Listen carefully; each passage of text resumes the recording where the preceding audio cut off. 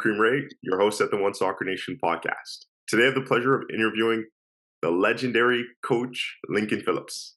Lincoln Phillips is a Trinidad and Tobago former footballer and soccer coach. He became the first Black professional soccer coach in U.S. history in 1968 when he became the player or coach of the Washington Darts, and he coached Howard University to 2 undefeated seasons and NCAA championships.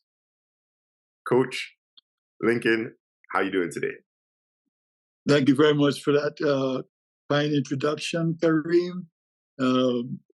It's also an honor to be on your show. I've been looking at your show for quite some time. I like what you're doing, and I like the fact that the young Black coaches are getting involved not only in coaching and playing, but in other aspects of soccer. And so I feel real good about that, and want to congratulate you on doing an excellent job. Keep it up, young blood. Thank you so much. It's honestly truly an honor to be speaking with you. I honestly couldn't imagine having you on. I remember the first time we met back in last year, 2023, January, back in Philly at the United Soccer Coaches Convention, and it was the Black United Soccer Coaches Convention party. Presentation and event ceremony that was going on.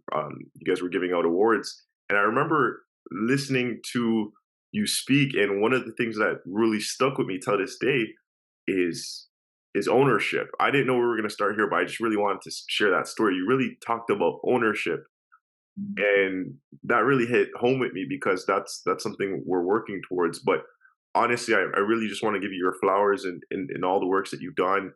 It's enabled us to have, be in the game, and, enabled me to be able to, build the platform that we're building. So I really just want to thank you for all the work that you've done and all the history you've created. So yeah, again, really appreciate the works you've done. Thank you so much. Well, I appreciate that very much, and I also want to thank you guys for giving for doing all the work that you're doing. Your success is my success.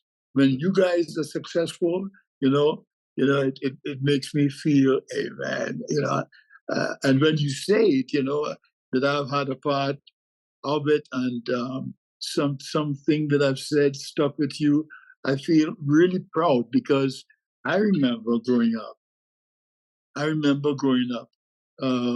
The coaches who played a big part of my life, my mentors, the little things they said that stayed with me, and I remember those things vividly.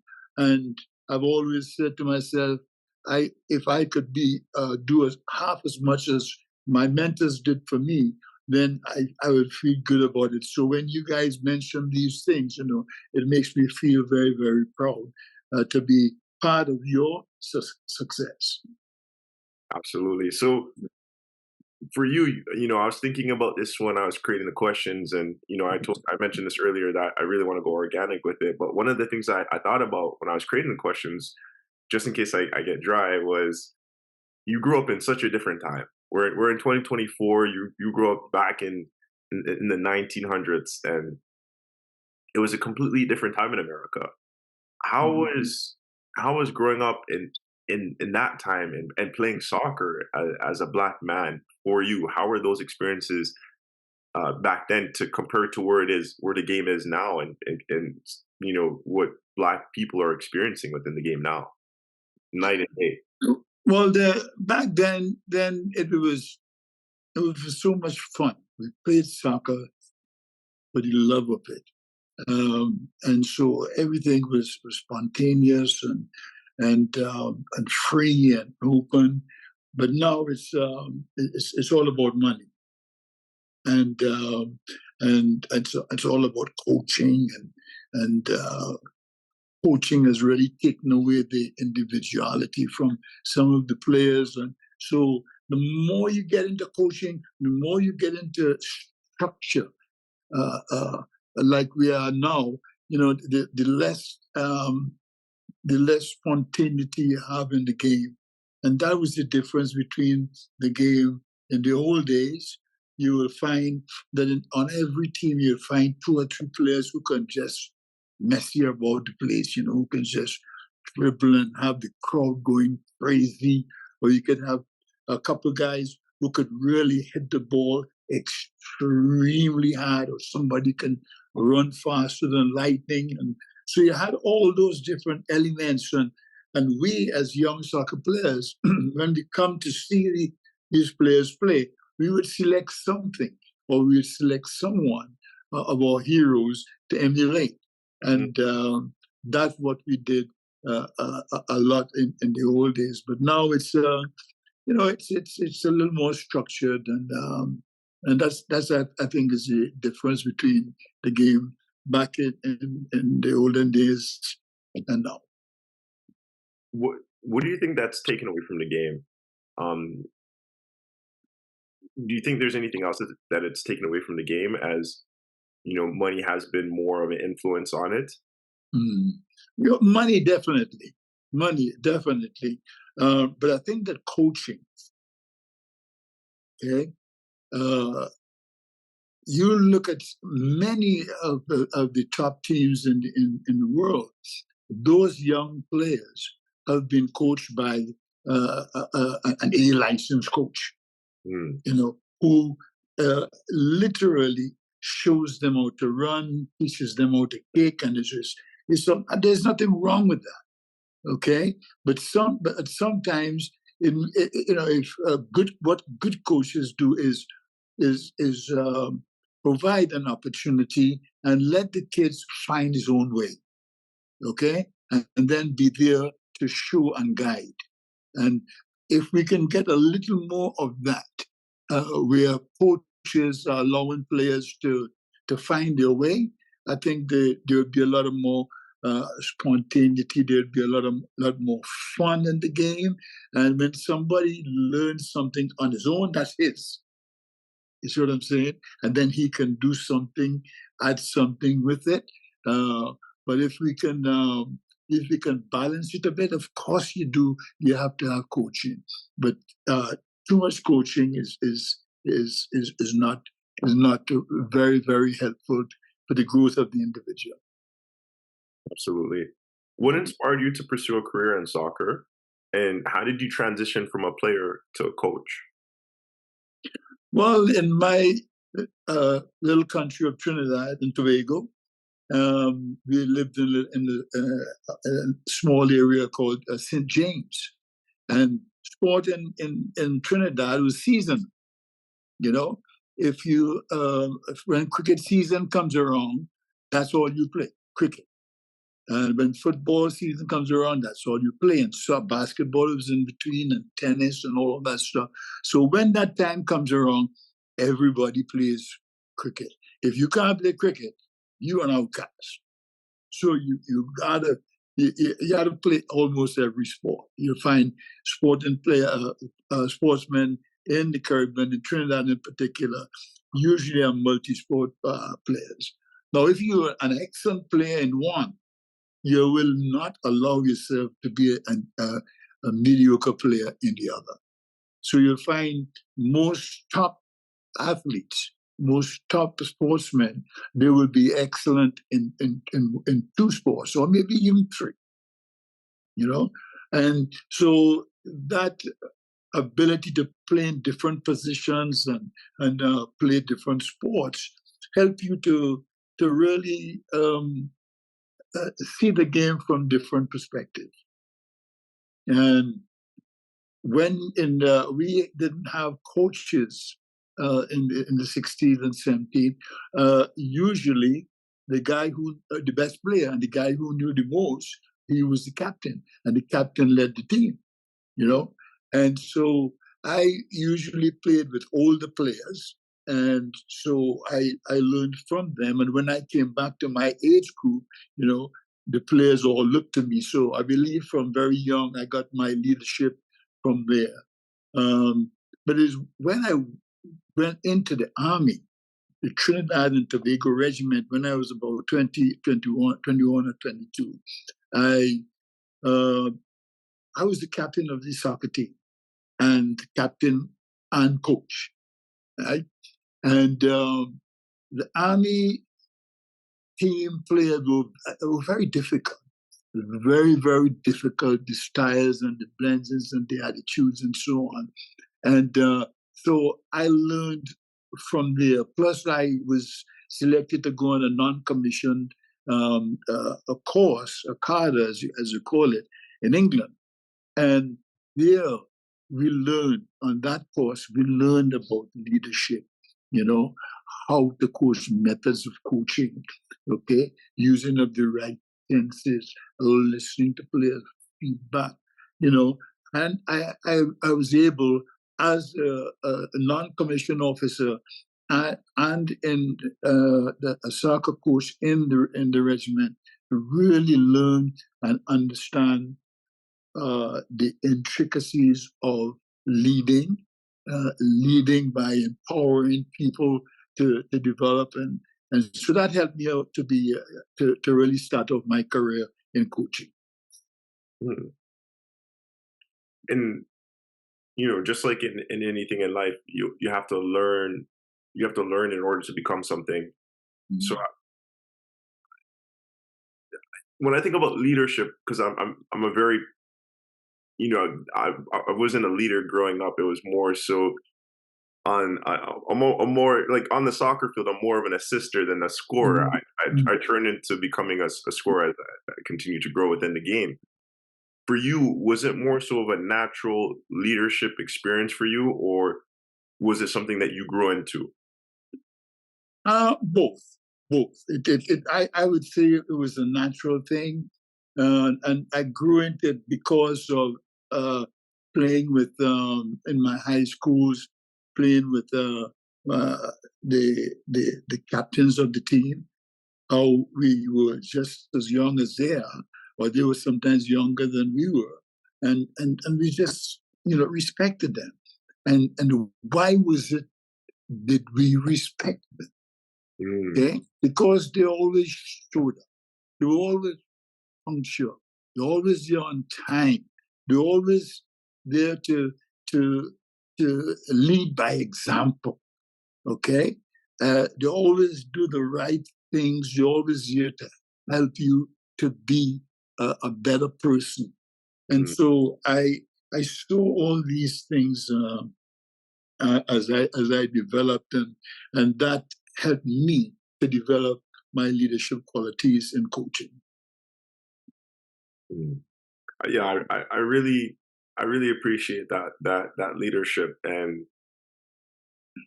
those are things that I think people that are not leaders need to really learn and take Mhm. time to practice. Especially for Mhm. myself, I'm speaking out loud for myself as well. I wasn't a natural born leader. It's something that I'm continuing to learn now and Mhm. practice. So I really appreciate that from you. Um, and hence why you've won so much, diving into you know some historical achievements. Mhm. You led the Howard University to the NCAA Division I Championship in 1971 and again in 1974, which is groundbreaking. How did you Mhm. build such a successful team, and what challenges did you face, particularly regarding the NCAA stripping Howard of its first title? That's a loaded question. Yeah. I had no real what's the word I'm looking for? I was not looking to be a college coach. I came to the United States uh, to play professionally with the Baltimore Bees, with knowing that I would try my very best to get a bachelor's degree. That was the reason I came to the United States. I could not get into any university in Trinidad, uh, uh, but in the United States, you have a chance. You have those junior colleges, and you have so many ways and opportunities of getting into college. And after I played with the Baltimore Bays, I sat on the bench for quite some time. And that was a great experience because I was able to talk to some of the players on the field. And the coach, Gordon Jago, recognized that what I was saying was good. You know, the assistant coach was a player coach. He was on the field. So he allowed me to communicate with the players. And as a result, at the end of the year, he recommended me to Norman Sutherland. He was the general manager of the Washington Darts. And he recommended me to coach the team, you know. And I went out there and I had 3 seasons with the Washington Darts, put the team together, you know, as an Army person, you know, I was always able to put the troops together in the right place and so on. And even that was historical because there we had sometimes 7 black players on the field at the same time. That's in 1960. You're talking about 1968, 69, and 70. You know, and most teams that we played had all white players. You know, and we won. We won hands down. Did an excellent job, and from there I transitioned into Howard University, and that's a long story. So when I went into Howard University, I still had 32 credits, so I had to work on my bachelor's degree at the same time I was coaching. And that was difficult and quite humbling because sometimes I was in the class with some of my players. So I really had to try my best and do well. And so I transitioned into college soccer. And we had always had good players, but we weren't able to put them together. And so my first thing was to get the guys, put them in positions where they feel good playing against one another, and of course the discipline, the army, the regiment discipline that I had, it was rigid, and so that's what they needed at the time. Okay, so for the first part of my coaching, my 10 years at Howard University, I was what you call an autocratic coach. It was my way or the highway, you know. And but as we went along, I realized that the players were really smart players, and at times I had to let players make some decisions, sometimes reluctantly, and they turned out to be pretty good. So I transitioned from an autocratic coach into from a democratic coach, and I went through my season going from one to the other based on the team that we had. Okay, and so that transitioned me into coaching on the college level, and that I think was the basis of my success. Understood. I mean, such an experience you've had. I mean, looking back at it, what would you say is the best memory that you have from that experience?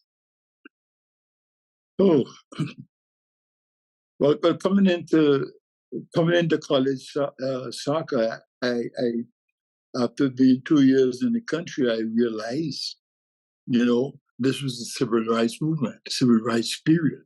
And there I was in Howard University. And Howard University was in the middle of all civil rights movement internationally. And so that was an education in itself. And when we played and played the University of Maryland, who would never come on our campus. And when I got there, I said, oh, you know, you have to play on our campus, you know. And then we beat them and we beat the Naval Academy and we beat the other teams in the area. You know, people started looking, you know. And then we ended up in Miami in 71. And in came Jesse Jackson. And he wanted to congratulate us on doing well and to explain to us that we are not just a soccer team, that we are outside here fighting for justice and black excellence and all America, black America's behind you. And it was quite revealing to all of us, you know. And and prior to that, we had a professor by the name of Don Basil Matthews. He also told us, he said, you guys are not just soccer players, you guys are ambassadors. And ambassadors must be at their best, not often, but always. You know, he said that you're playing for your race, you're playing for the game of soccer, you're playing for Howard University, you're playing for justice. He said, when you get outside onto that soccer field, you're not just soccer players. Our players were intelligent players, and we took that to heart.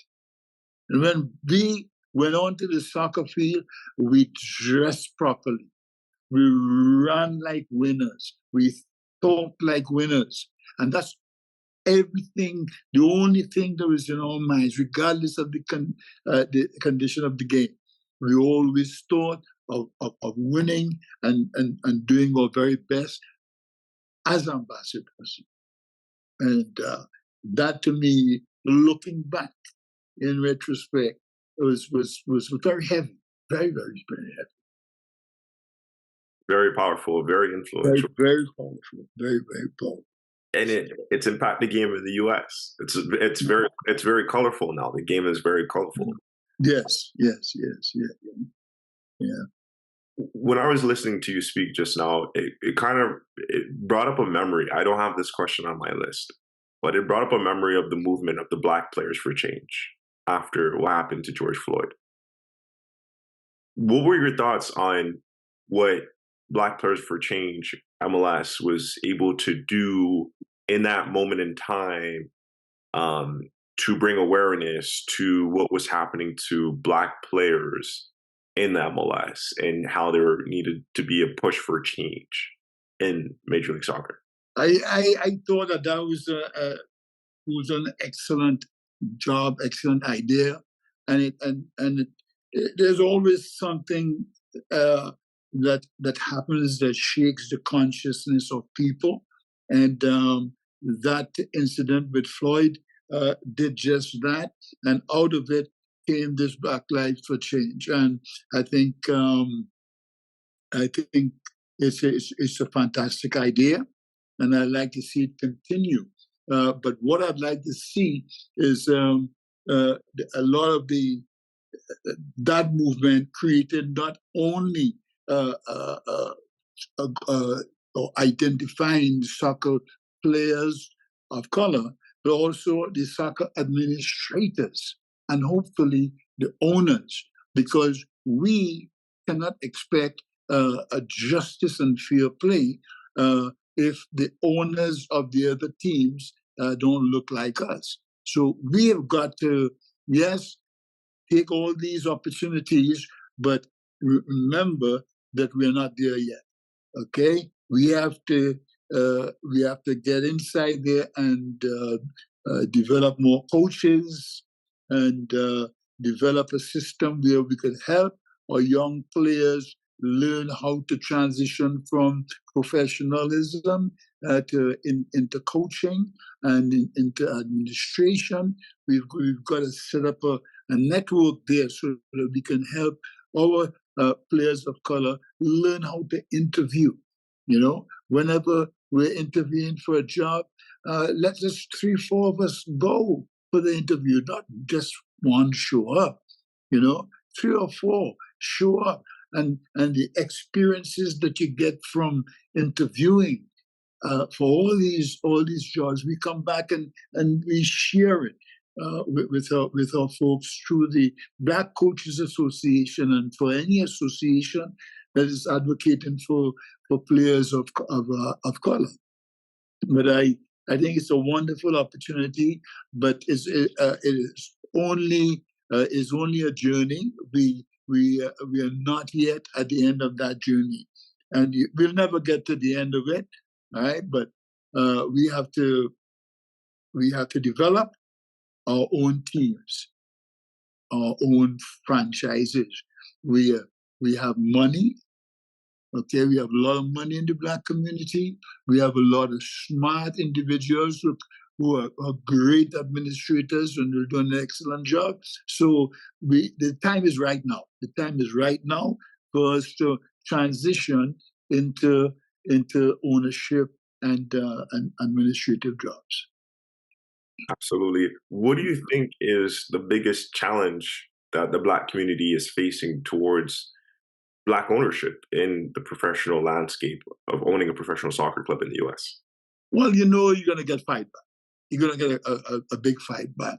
But like everything else, in every forward movement, we have to be together. Okay, we can't fight it with one group over here, another group here. You may have 2 or 3 different Black coaches associations. That's okay, but our fight must be for one thing. Okay, to justice and fair play, and we must be supportive of each other. And sometimes, if you spend time, fighting among others, or ourselves, when the enemy comes around, we're surprised. We're surprised because we spend all that time, thinking about things that will keep us back. But our focus and on being top class instructors, administrators, and owners, and must be a unifying effort between all people of color. And we must also understand that we cannot depend solely on our Black folks to get us to the top. So your book, Goalkeeping, The Last Line of Defense, the First Line of Attack, emphasis on the crucial role of a goalkeeper. How did your philosophy shape your coaching methods, and what key principles do you believe every goalkeeper should follow? Well, as I told you, Kareem, back in Trinidad, we played all sports. Okay, so I played a lot of basketball. I played for my national team in soccer, and I also played for my national team in basketball. So I was an avid basketball player, very quick, good leaper, fantastic hands, and that transitioned into goalkeeping, into my goalkeeping. Now, looking at the position of goalkeeping, I'm talking about 1965, when I was playing for the national team. Prior to that, I played central defender, equally as good as I did a goalkeeper, and I also played a striker. So when I played for my national team, I was indeed a keeper sweeper. I was one of the few goalkeepers in the Caribbean back at that time. And you can check and see the goalkeepers back in 1965, how many of them played outside of the area. So I used to venture outside of the area, sometimes just within the half line, and I was comfortable. I was always very comfortable there. So that transition into my goalkeeping, and I was considered a goalkeeper sweeper keeper. Nowadays, the term keeper sweeper has been changed into sweeper keeper, and I think that is wrong. I think they've misconstrued it, because goalkeepers are way off their line and actually playing the sweeper. And he's given up that space and that goal. And that goal is what he's there for. His primary objective is to prevent that goal. So why give up so many? Leave that space open. So if you're going to come off your line, okay, beware of that space behind you. And so, playing in different positions really assisted me with my goalkeeping, okay, and playing a sweeper keeper. Mm-hmm. Sweeper keeper, I remember those. Very few of those in my time too that could play with their feet. Yeah. Yeah. Yeah. And the modern goalkeeper now, is just not a shot stopper. He has to be, or she has to be very skillful, very good with the feet. So that tells you that our normal goalkeeping training methods that we have now has to change drastically, because we don't do anything with the feet. We train the goalkeeper just to stop shots, and that's okay. But we can do that, a lot of those specialist training before and after practice. But to develop the modern goalkeeper, the goalkeeper needs to take part in the training session with the rest of the team, in touching the ball, passing the ball, shooting, defending. He should be a part of that, and then do his individual work before and after practice. We have to develop that ability to be more proficient with the feet. Mm-hmm. You also have another book behind you. Is that another book that you wrote? Yes, that's my autobiography. Hmm. Okay, it's Rising Above and Beyond the Crossbar. And if you see the picture, how I came up with that title. I was looking for a title, so I sent it out, a questionnaire out to all my friends and colleagues and the people I played with. And one young man, he was the president of the Trinidad and Tobago Olympic Association. He came back with that, Rising Above. I said, how do you arrive with that? He said, as a player and as a coach, you always rose above the bar, okay? And as a parent and as a mentor, your standards were always high. So everything was above the bar. And it really touched me when I heard that. And so I had to get a picture to go with that. And eventually I found that picture in the background there. You see Pele on the cover there, standing, and I am above Pele with a high crossbar, and my fist was kind of above the crossbar. And so the picture was a good picture. Yeah. And as a result, from that book, there's a gentleman by the name of Mark Wright saw it, and he decided to do a documentary. And the documentary is called Redemption Song. I'd like folks to take a look at it. Redemption Song, the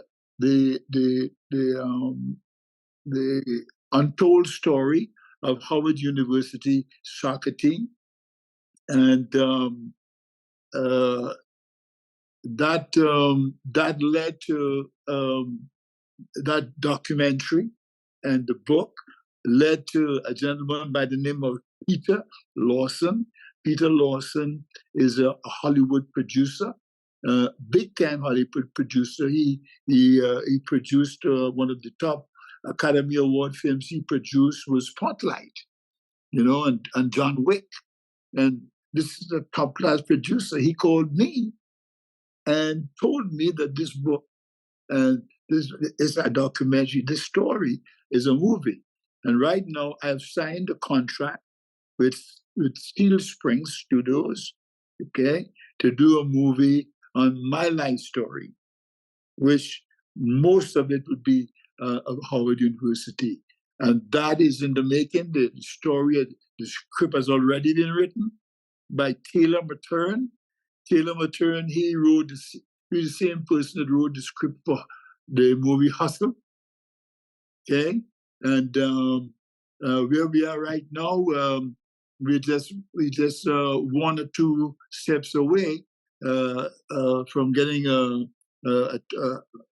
top class director, and that may take a month or two, or may take a year.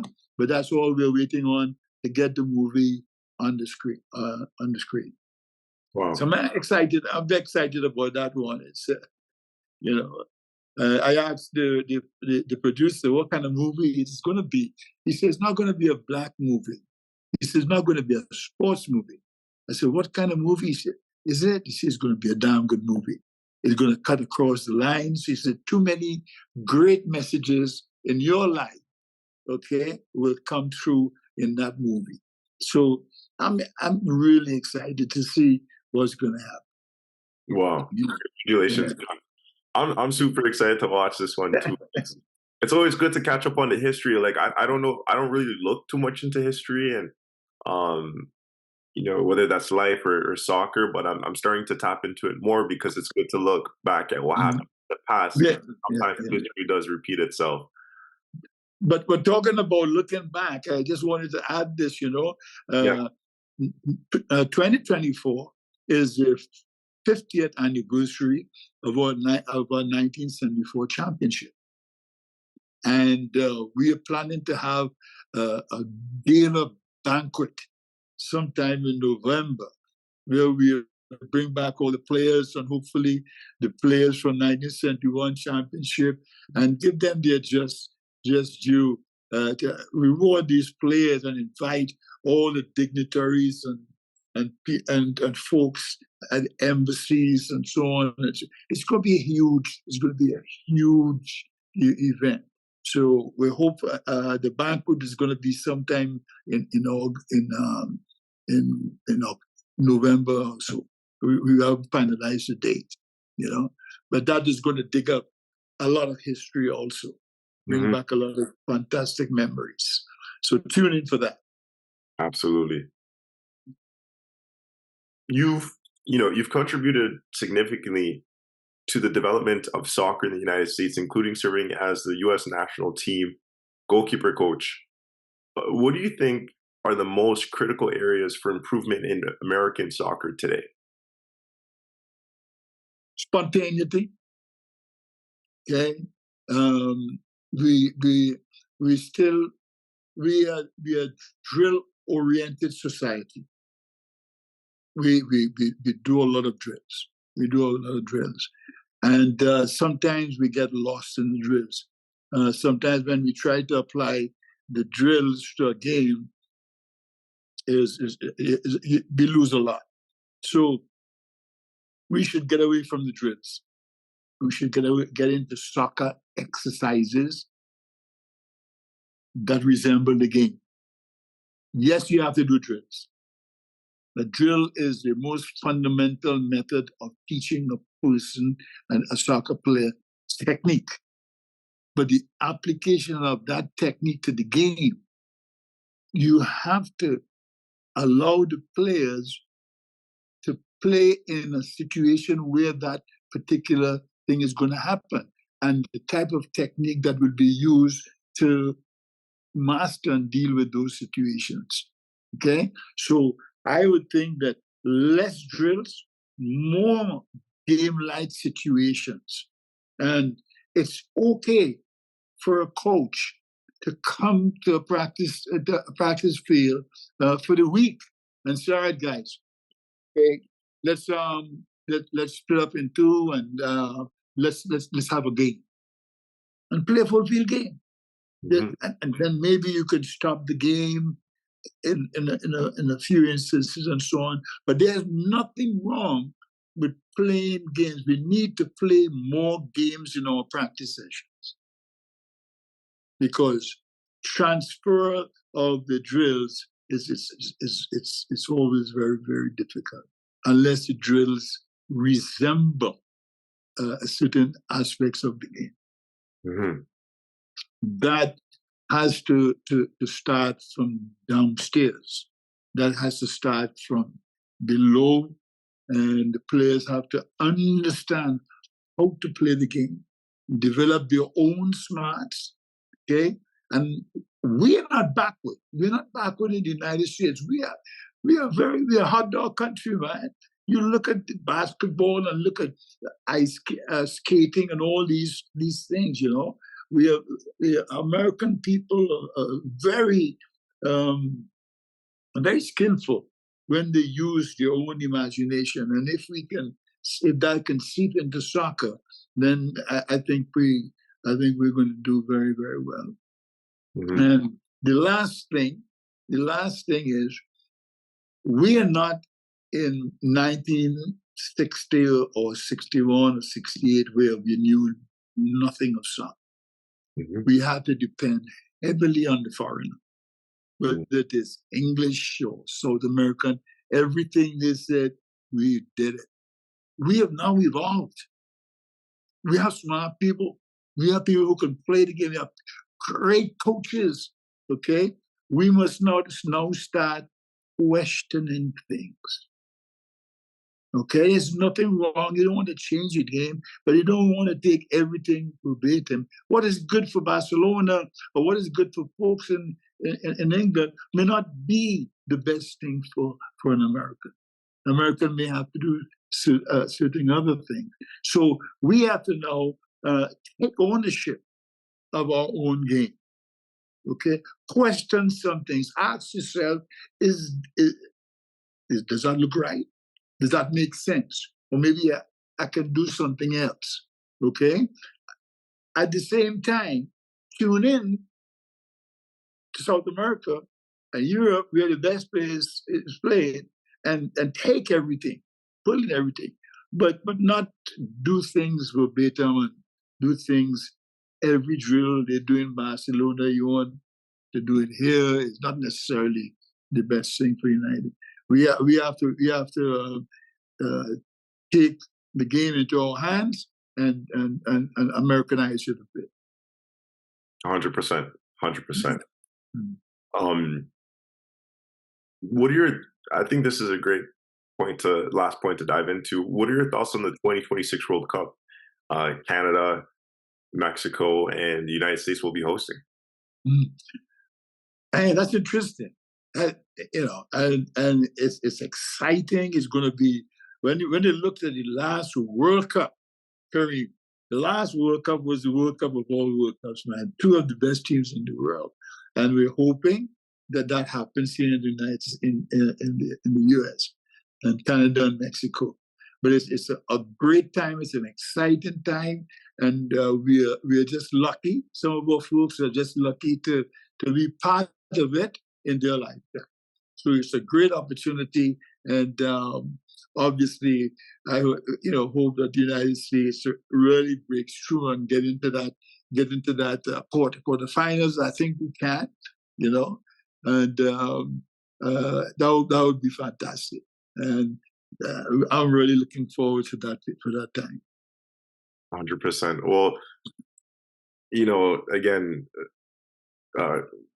Coach Lincoln, is honestly truly an honor, a blessing for you to make some time to spend with me, to allow me to interview you and ask you some questions and share some of your story on our podcast is, again, truly amazing. And I really appreciate you taking the time. But to close off, I just want to say the legendary Coach Lincoln Phillips, thank you so much again for taking the time to be on the One Soccer Nation podcast. Thank you, Kareem. Thank you so much for calling on me. And my time is your time. Okay, your success is my success. So anytime you need anything I can do for you, please feel free to give me a call, because there's so many people in the United States, black, white, and indifferent, that I can call on at any time. And they will answer my phone and give me the time of day. So I will do likewise. Anytime you need anything, please give me a call. It's a pleasure to be on your show. Keep up the good work. God bless you. Okay? And good luck with everything. Thank you so much. Black ownership, let's go. And it's now, right now.